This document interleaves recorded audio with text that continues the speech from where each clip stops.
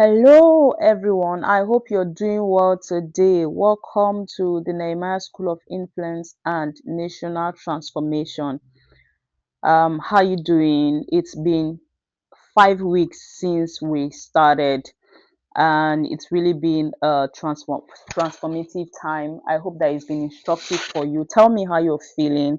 Tell me how you're stewarding everything that you've learned from pain to processing it in prayer with God to positioning, and now we are on to looking at people, how to mobilize the people, because nobody rebuilds a nation alone.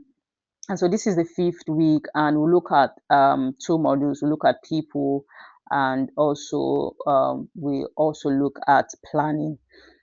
So tell me in the chat, how you feeling? How's it been for you? In what ways are you stewarding what you're learning here in the sphere of influence that you find yourself in? Because so many times it's not the big things that we do, but the very little things that make a difference. And so this morning I woke up with that really passion in my heart to thinking about a school close by whereby their classrooms are not demarcated, and so you hear a lot of noise from classes, a lot of distractions as teaching is going on. And then I thought about it, if I would rise up and um, say to them, look, I want to take on this project for your school to help you demarcate the classes. Think about the impact it will make in the transformation of lives of the students, in the learning, in the focus, or think about what it will do to them. And looking at it, the cost might not even be maybe could be around 100,000 to 200,000 naira, and that is really a small amount to invest for a long time transformation in the lives of people. And so education as a whole, for instance, for example, is one sector that we can look at. It's one sphere of influence. And so in education, we talk about curriculum development, talk about policy making, funding, teacher training, even the school, the conducive environment where the students are being taught, classrooms, laboratories, equipment, and the rest of them. And so if people take on the responsibility of trying to fill in these different gaps, I think it will all come together and we'll see that transformation. I know that funding is key, and so a lot of people cannot do much and cannot even set their fees in schools high. And we are plagued with just a lot of problems in the education sector, including overtax, so much tax. The schools are taxed beyond what your mind can even comprehend. And if we are able, people can rise up to these different challenges to see that, look, I'm going to play a role. Voices are, we lend our voices, then there's going to be a difference. The public sector plays her role, the private sector plays her role, government plays her role, and then even individuals. Think about you becoming wealthy or getting a fund or thriving in business, and you go back to the school where you graduated from, and you're able to just make that little difference, build a classroom, build a hall, provide a basic amenity, whether it's drinking water, whether it's equipping the laboratories, whether it's buying books for the libraries, fixing fans, air conditioners, whatever it is that you can do. If we all rise up, I believe that in the midst of the bottlenecks, the corruption, the challenges will make a difference.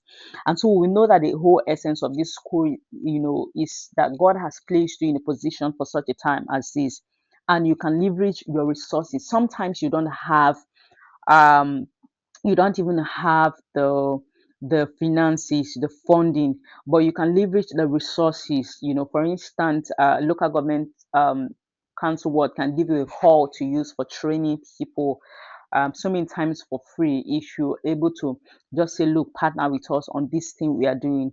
And so these are different first. Sometimes you see how Nehemiah started. He didn't start with money, he started with negotiating with the king, talking to the king, and says to him, I also need a later, and I need this certain wood, these certain materials to go rebuild this walls. And so the first deposit of what Nehemiah needed for the wall, he received from the king. And so today we are studying, we're talking about people. If you look at the slides, the first slide says nobody rebuilds a nation alone. The wall was built because every family repaired what was nearest their own home. No single hero can rebuild a nation, but a nation of people who each take responsibility for their session, that nation cannot stay broken. And so we also see in the family system, for example, that the father, the man has to play his role. Um, there's a lot of contention about who is the provider, but when you see it from scriptures from beginning to the end, the man has always been a provider, because he is trusting the Lord, to help him to be able to provide. Adam tended the garden before the wife came. So it's now a partnership, but one person has to take responsibility and say, look, I'm responsible for this. Just like the mother spent a lot of time, with the children, nurturing them. Also, that is not to say that the man does not have a role to play in nurturing the children, but the mother stays a lot with the children, from giving birth, nursing, breastfeeding, you know teaching them how to begin to, potty practices, how to begin to go to toilet and the rest of it. So there are so many things. And so we'll say, this is our role here, this is my role here as a man, this is my primary role, this is the primary role of the wife, also. And so, but we all, both the father, the mother, the children, have to come together to play their respective roles to see that um we have a home that glorifies God and a home that transforms the nation. So many of the challenges we have today are in our nation. It's people who came from homes, basically, either a home that is whole, a home that is broken, a home where the father modeled integrity or corruption. So this is what we are seeing. And so we have to join forces to be able and then there will be seasons in the lives of certain couples also where a village has to come together and really support them and stand with them and say, look, you are not going to fail.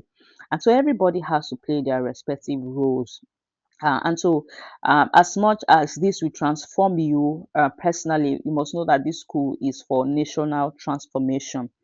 And this is the second slide. Nehemiah tree is not background, it is a theology. Chapter 3, this is module 4 of Nehemiah, is the chapter, is a model most readers keep. It is a long, dense list of names, priests and goldsmiths and perfume makers and merchants and doctors, all assigned to sections of the wall, all recorded building. Most people treat it as ancient municipal record keeping. This is a serious mistake. And so this is what it says. This is what it means. Number one, it shows us that national reconstruction requires not a hero, but a community of builders, each one in their assigned place, not a hero. So you can have the idea, but you can begin to talk to people around and share that vision that you have, whether it's a small community of 50 people or a large community of 500,000 people or 100,000 people. You can begin to share that vision, and as few people start, then you can see it grow and grow and grow. Number two, it shows us how gifted people are to be deployed, not randomly, but by proximity to the specific section of the world that corresponds to their life. So you have an assignment, you have a passion that God wants you, whether you have been put in agriculture, arts and entertainment, media, the family, the politics, religion, wherever you find yourself, education, wherever you find yourself, you must know that God has placed you there for a reason, and you have to begin to play that role. Number three shows us who is absent and names them. The nobles of Tekoa, who would not put their shoulders to the work, are in the permanent record. And so sometimes the reason why sphere of influence is not even experiencing that shift is because maybe there are three things or two things being handled there, but one thing is left. Sometimes for education, for example, maybe there's not enough policy making, maybe there's not enough implementation. A lot of times we know that one of in fact, the major challenge we face in the education systems, we've seen a lot of strikes even in with universities, is that thing about inadequate funding or the lack of will of the government to invest in education. And so you must play your role. Number four, it shows us who is expected. Daughters, perfumers, goldsmiths, national transformation uses every gift from every sector of every background. So you need to begin to profile, what does this person have? What do we need? And who has what we need to be able to rebuild this world? What does each person have? What is available? This is really, really important. Next slide. Everyone built. Nobody was too important. Nobody was too secure.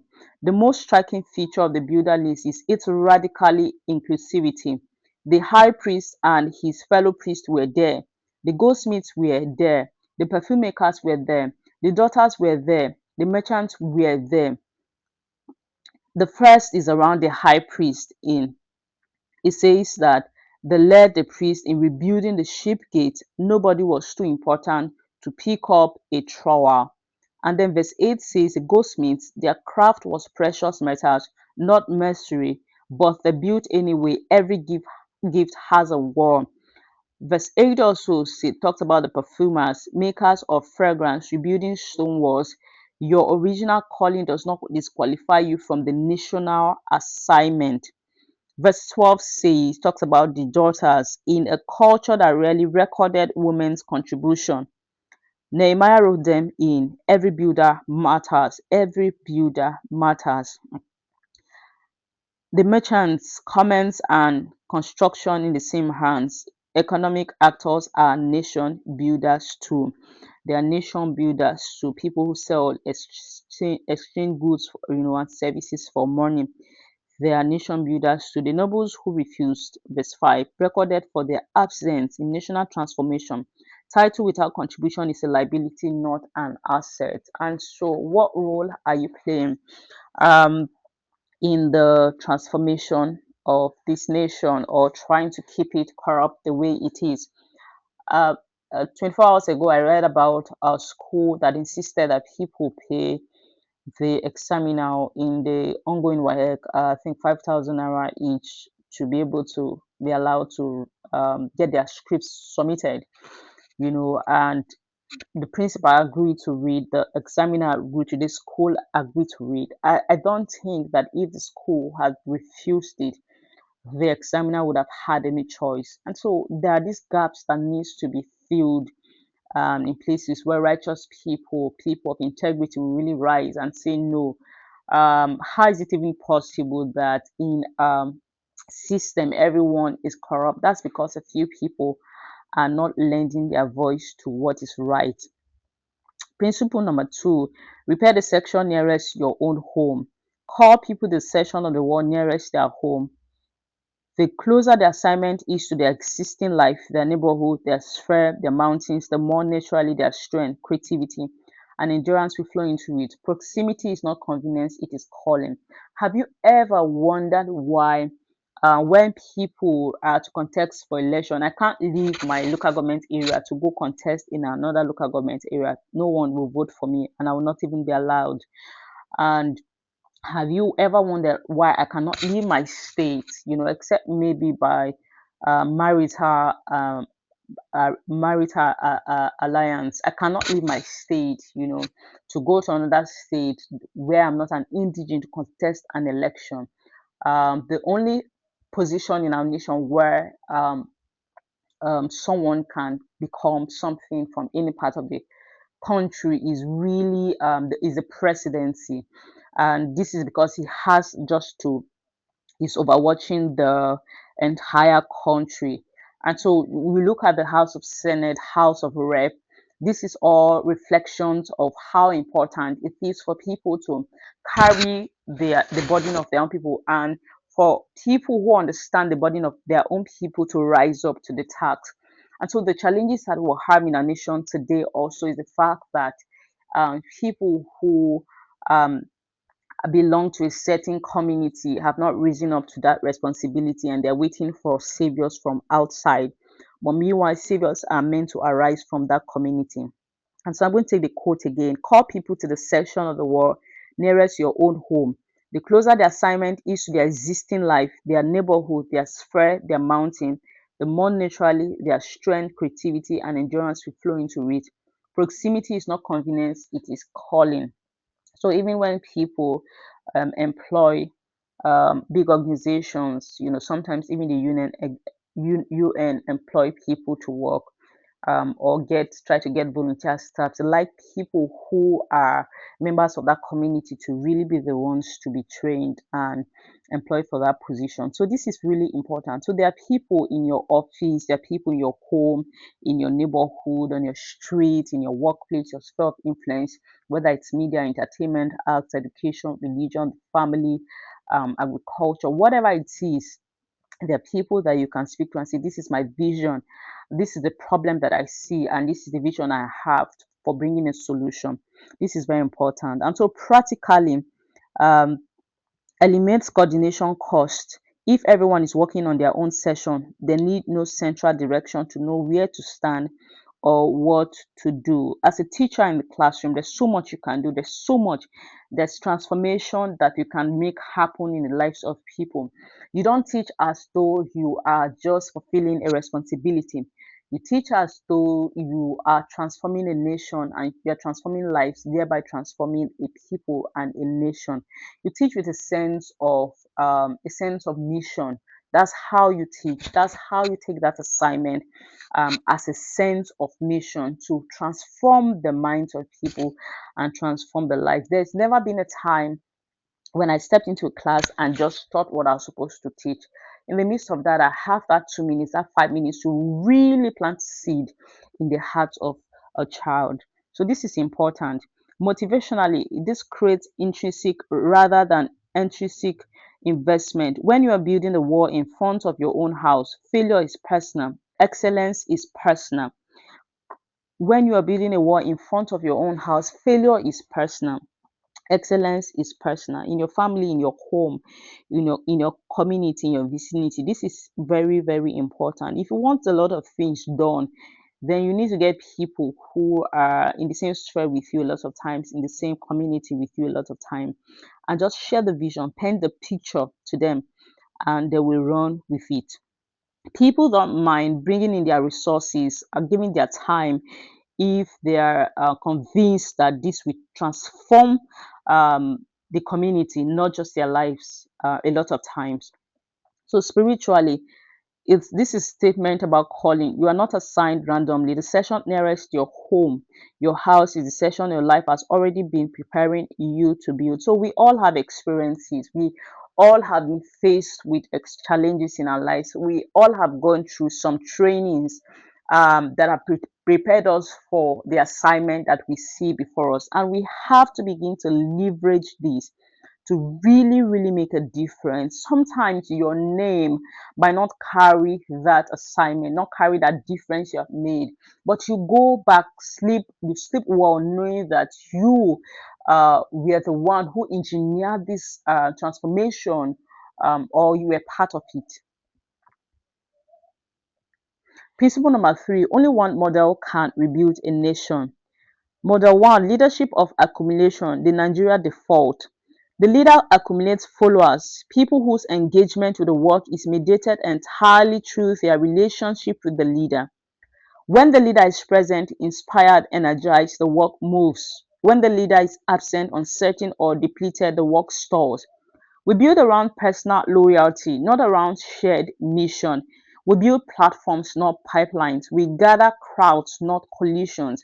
This model is incapable of rebuilding nations because it makes the work dependent on one person, and one person cannot carry a nation. One person cannot carry a nation. And so this is the model we have in our nation today, where almost every leader wants everything to revolve around them.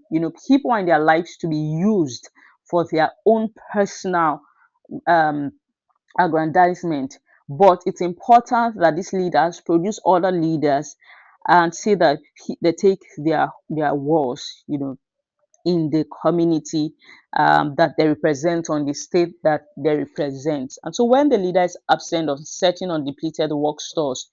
We build around personal loyalty, not around shared mission. So we have to, politicians and every other person have to begin to share the mission, the assignment, the reason why they are getting into office in the first place, or where they are heading a school in the first place. We have to begin to share this with the teacher, share this with the people who serve us, also, and say, look, share this with even a spouse and children, that this is our assignment, this is our mission. Um, so it's important that a leader is able to work, operate this way. Model two, leadership of multiplication, which is in Nehemiah model. The leader's primary task is not to be the best builder, but to release the best builders into the assignment. Nehemiah's wall in chapter 3 is not primarily his wall, it is Eliashab's gate, Shalom's section, the daughter's contribution, the perfumer's stretch. Nehemiah built the coalition and held the strategy. The people built the wall. This is the only model capable of rebuilding nations because it multiplies capacity beyond any single leader's reach, energy, or lifetime. This is really, really important. Nehemiah is a man, a leader who stresses the importance of getting people to do the work um, that they have been equipped for, or to even equip them to do that work. And so we must not rely on just ourselves. We must multiply this effect in our communities, in the nation also. And so hence the reason why someone wants to stay in the National Assembly for 4 tenures, 5 tenures, because it doesn't think any other person deserves to be there. But it's time for us to rise, whether we're running a business, whether we're running a family, whatever it is that we're running, we must begin to replicate ourselves in other people. As a teacher, as a farmer, how are you replicating yourself, building that wall? When it comes to agribusiness, also, how are you able to, teach more people this? I say it a lot of times. This is not a season in Nigeria to amass a lot of money from the things that you teach. It's also a season to give back freely, to empower more and more people. We are not going to get the work done just by few people, consulting for government or consulting for organizations. We are going to get the work done if so many other people are equipped to really make a difference in the place that they find themselves in.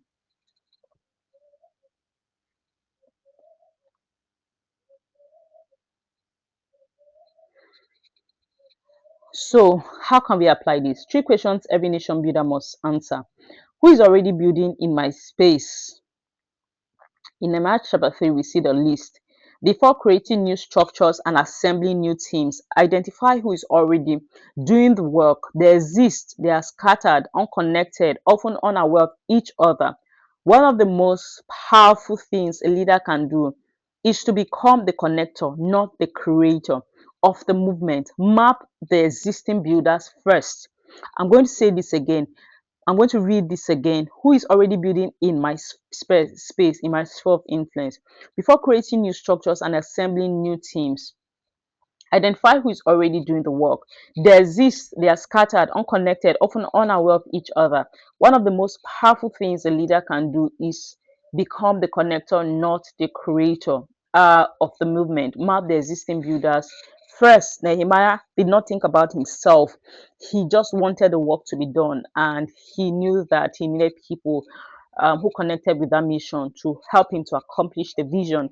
And so many times, you might be the one to catch that vision or carry that vision in your heart, but you need to be able to find people who already exist, who are already doing what you want to do, and who can, give you the advice, the counsel, who can support you, who can even partner with you to bring about that transformation where you want to see it. The second question is, who is nearest to each section of my wall? Once you have mapped existing builders and identified the gaps, the question is about assignment. Who is nearest to the specific section that needs to be covered? The temptation is to recruit based on availability, loyalty, or friendship. The Nehemiah model recruits based on proximity, spiritual, geographic, professional, experiential. And so once you have mapped existing builders and identified the gaps, the question is about assignment. Who is nearest to the specific section that needs to be covered? The temptation is to recruit based on availability, loyalty, or friendship. The Nehemiah model recruits based on proximity, spiritual, geographic, professional, experiential. Now, for example, let me use a math teacher. You have a concept in your mind, students are not doing well in mathematics in your school. How can you come together? I'm sure a school should have like two, three, if it's a secondary school, two, three mathematics teacher. How can we come together to find out, to find out to pinpoint the problem and to say what is the way forward? How can we get these people? What is the model that we can, the teaching model that we can create to see that every student understands what we are teaching? How can we bring simplicity into it? And then you test run this idea in your school, and you're able to get it to other schools and say, I think this is a way that mathematics should be taught, and um, in such simple way that your students can understand it. You can see you've gotten those people together. So this is really important. Number three question: who is missing that should be there? Who is not yet at the table? Who needs to be? A genuine nation building coalition in Nigeria must actively include builders from across the geographic, ethnic, denominational, gender, and generational spectrum, not as a gesture to diversity, but because every perspective represents a section of the world that only that builder can reach. Who is not yet at that table? uh, who is that person you need? A genuine nation building coalition in Nigeria must actively include builders from across the geographic, ethnic, denominational, gender, and generational spectrum, not as a gesture to diversity, but because every perspective represents a section of the world that only that builder can reach. And so we can find people in every tribe, from every tribe, diversity, community, whatever it is, state. We can find people who are qualified, who can be with us. Um, you know, when it comes to gender, comes to denomination, comes to generation, the young and the old, when it comes to the ethnicity, geography, also, we can all bring these things together and make sure that um, everyone is represented fully. So, Nigerian heroes, leaders who build coalitions, Wole Soyinka and Gani Fawemi, two leaders who refused to build alone and change the nation because of it. Wole Soyinka, the coalition builder of culture. Soyinka understood that cultural transformation requires coalitions across disciplines: writers, artists, academics, activists, and lawyers. He never worked alone.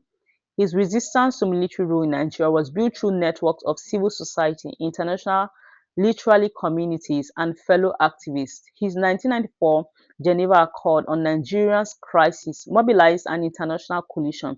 He used his Nobel platform not for personal prominence, but to amplify the voices of others building in the same space.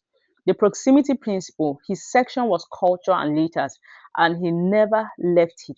He never left it, and um, he never saw it as insignificant. He did not look at himself, but he wanted to use what the fame he had gotten to transform the nation. And we look at today also at Gani Fayemi, the legal coalition for the poor. Fayemi built a coalition of lawyers, journalists, students, and community leaders around the single section of his wall: justice for the powerless. He did not try to fix everything. He was specific. He was proximate. He brought other builders alongside him, training young lawyers in public interest law, funding legal aid services, building institutions designed to outlive him. He was arrested 35 plus times, but the coalition held because the war was bigger than the builder. Nigeria's legal human rights architecture today reflects the work of his coalition. So this is really, really important that we value um, building together. Two leaders who refuse to build alone and change the nation because of it. And now the Nigerian case study, the proximity principle in action, community health workers. When proximity becomes power. Nigeria's community health worker program has at its best demonstrated the power of the proximity principle in the healthcare mountain. The community health extension worker stationed in a rural ward does not arrive from Abuja with a national program. She arrives from within the community, knowing its dialect, its culture, its seasonal rhythms, its trust networks. Her proximity is her primary qualification. The section of the wall nearest her house is the section she can build most effectively because she has already been living on it. Number one, proximity is the qualification. Proximity is a qualification. The CHWs, that's the community health workers' effectiveness, comes not from superior training, but from genuine rootedness in the community she serves. Number two, scale through multiplication. The program worked where it worked because it multiplied local capacity, not because it centralized expertise. Number three, the NSINT principle. Every NSINT student has a section of Nigeria nearest their own home. That section is their specific calling and their most powerful contribution.